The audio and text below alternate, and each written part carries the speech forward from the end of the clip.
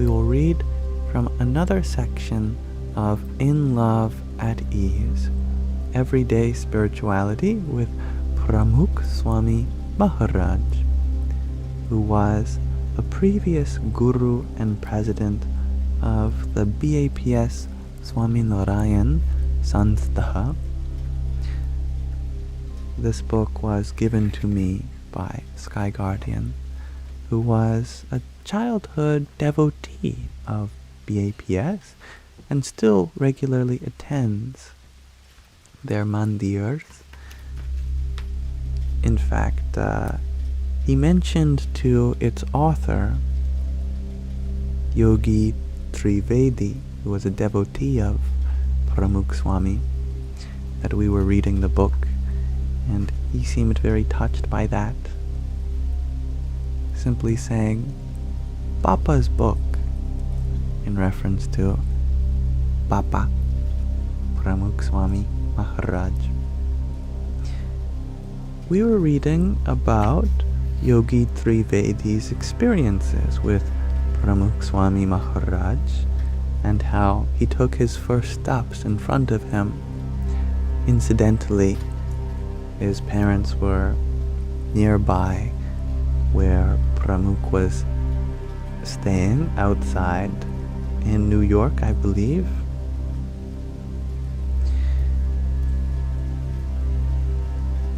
And he happened to be taking his first few steps.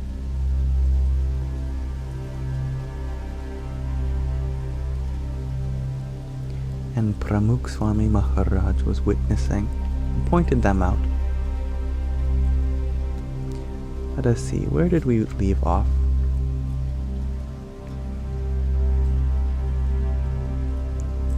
Here we are.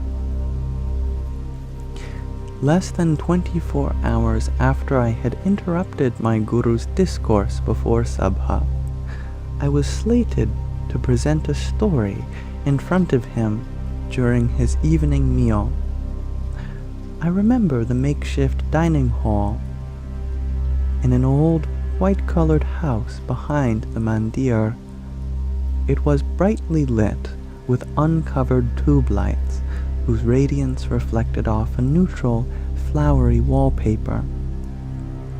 A few dozen sadhus, monks and bhaktas, devotees, had gathered around Swami Shri in a semicircle as he sat on the floor and began to partake of his meal.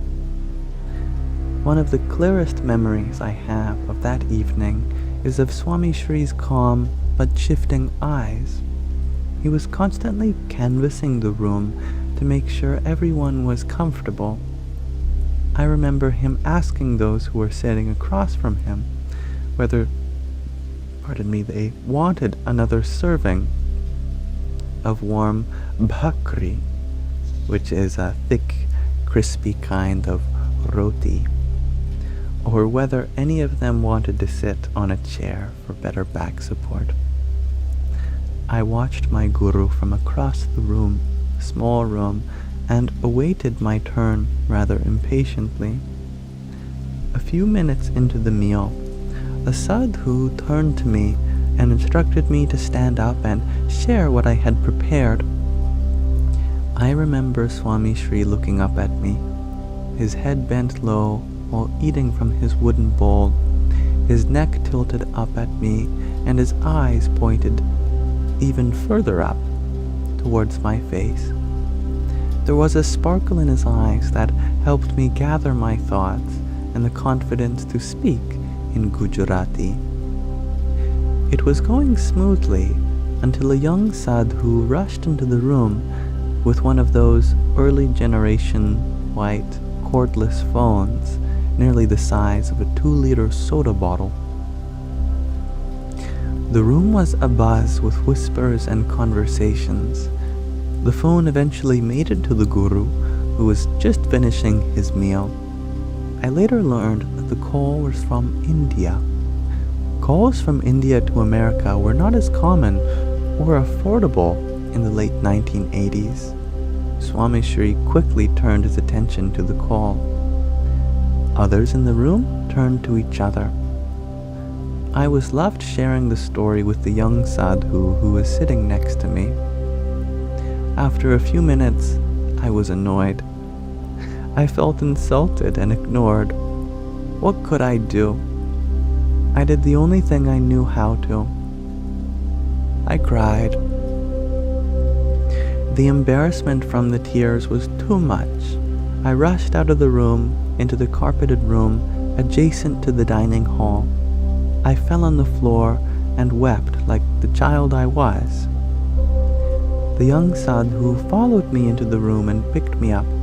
He wiped my tears and brought me some water. Yogi, enough. It is time to go back and finish your story in front of Swami Shri. Gather yourself. I did my best and returned to the dining hall. Swami Shri had just wrapped up his call and turned to me in surprise. The young sadhu was about to explain to Swami Shri what had happened. The guru already knew. He looked at me and said, "Yogi, what happened? Why are your eyes red? Did someone get mad at you?" I could not hold in my discontent and unleashed it onto my guru. "Swami Shri, it was you. You stopped listening. And then so did everyone else. No one was listening." The dining hall was silent. I could feel the eyes of the bhaktas and sadhus on me. Some were chuckling, and others shushing me. Before anyone could say anything, I heard Swami Shri's voice break the silence. "I am sorry, Yogi. It is not my fault." "Sorry. It is my fault," he said. "I should have done a better job listening to you. It will not happen again. Why don't you start from the top? When Bhagwan Swami Narayan arrives in the village of Lodj and meets Muktanand Swami, you have my undivided attention." I started the story with renewed vigor. I had won. As I neared the end, Swami Shri smiled and called me near him. He gently patted my head and handed me a sweet from the plate in front of him. "Yogi, now you know how I feel. This is my predicament too. No one listens when I speak to them about bhakti, devotion, faith, and kindness. How about we promise each other we'll be better listeners?" He did not mention the day before, nor did I remember. It is only now, decades later, that I can make the connection and realize how he had helped me walk in that moment. As we read previously, he had mentioned that the day prior, while Swami Shri was giving a lecture, he had walked on to the same stage and started playing with his toys and singing. He wasn't listening. Now the reverse has happened. This is perhaps one of the most widely shared interactions in the community today between the guru and a child. In fact, I am often introduced to others in the community as the young boy to whom the guru apologized. It has become a joke. Yogi made the guru apologize, but the guru did so much more. An analysis of his everyday interactions show the depth of his spirituality, his exceptional interpersonal and parenting skills, and his unmatched humility. His first words did not attempt to justify or explain his actions. It was an unconditional, direct apology. This helped me feel the selfless love I needed to stand up again. His last words were not enabling of my wishes and whims, but rather were instructive so I could learn to behave differently. I actively try to be a better listener now, knowing that it is not one of my stronger suits. This pointed me in the right direction to walk. He heard me out and thereby empowered me as a speaker and a storyteller. This gave me the confidence to take baby steps again. Swamiji's interaction with 5-year-old Yogi set the tone for my future interactions with the world around me. It taught me how to view and treat people and accept them for who they are. It taught me to do so with ease and without an inflated sense of self-importance. This humility would instruct more effectively than any form of rebuke, sarcasm, or anger.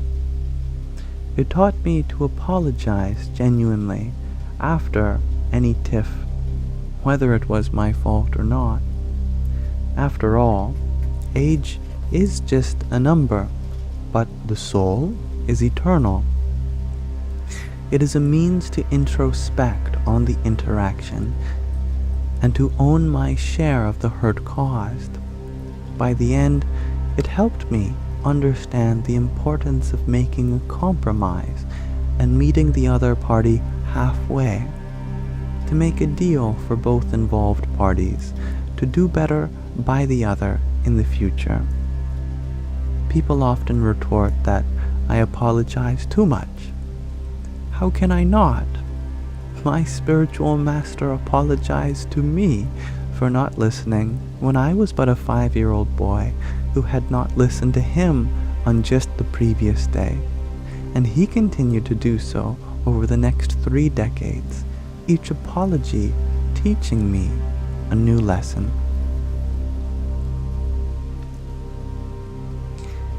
And we'll pause our reading for today there, and we'll look into the 2 other interactions that Yogi Trivedi had with Pramukh Swami Maharaj.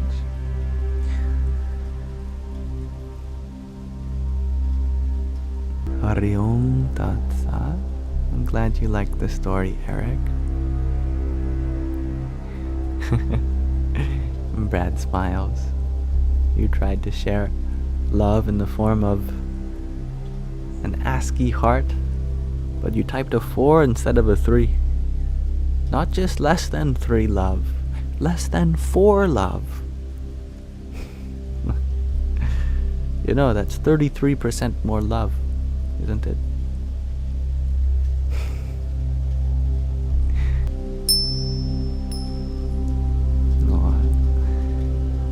Eric says, I love everyone in the chat. Every one of you. Know that you are loved. Did Sky fall asleep watching?